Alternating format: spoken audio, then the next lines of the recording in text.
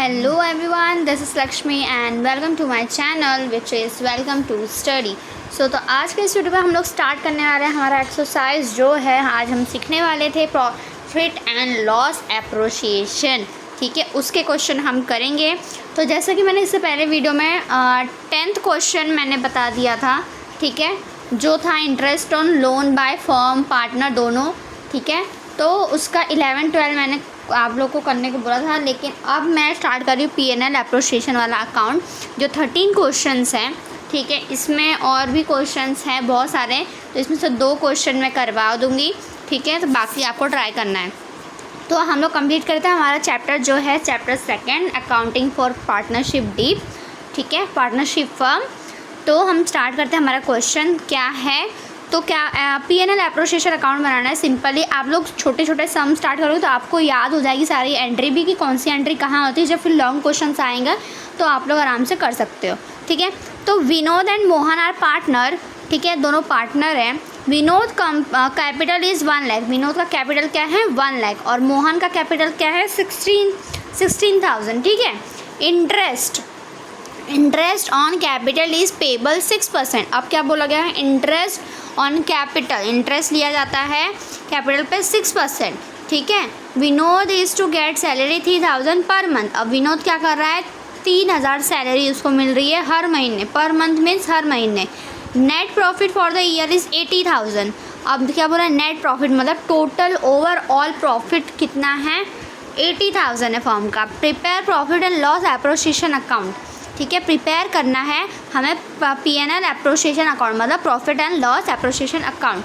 तो हम देखते हैं एंट्री। अब मैंने फॉर्मेट पहले ही दिखा दिया था और मैंने पहले ही बता दिया था कि क्या आएगा फॉर्मेट। ठीक है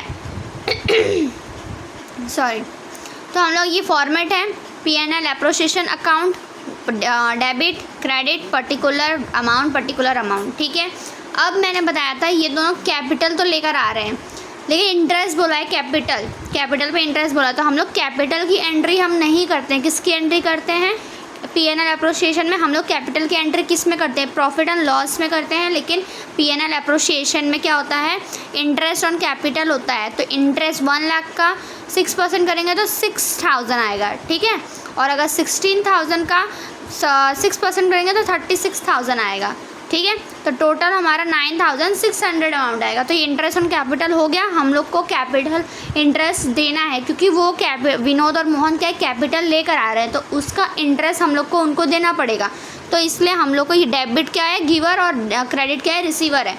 तो अब ये हम लोग दे दिया। फिर सैलरी बोली गई है, सैलरी टू बी मतलब विनोद को कितनी सैलरी है 3,000 12 मंथ।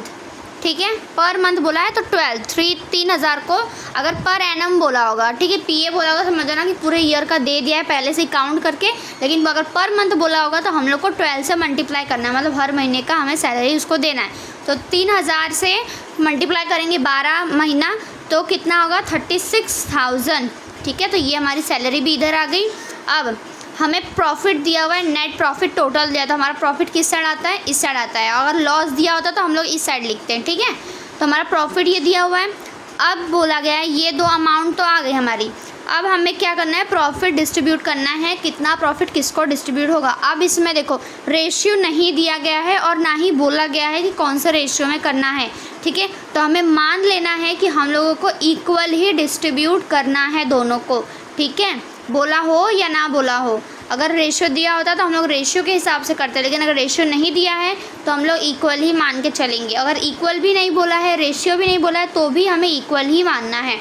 ठीक है, तो अब जो 80,000 है, ठीक है, जो 80,000 है उसमें से ये पूरा अमाउंट माइनस करेंगे तो हमारे पास टोटल 34,400 बचेगा प्रॉफिट।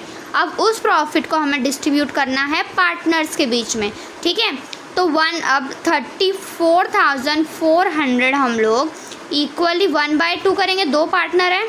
ठीक है, इक्वल करेंगे कितना आएगा 2 1 ज़ा 2, 2 1 ज़ा 2, 1 बचा, 2 7 ज़ा 14, 2 2 ज़ा 4, ये 2 0 आ गया।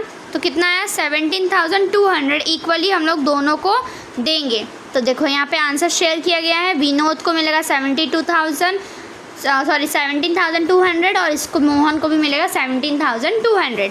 तो ये है हमारा क्वेश्चन नंबर 13। बहुत सिंपल है, आराम से आप लोग कर सकते हो।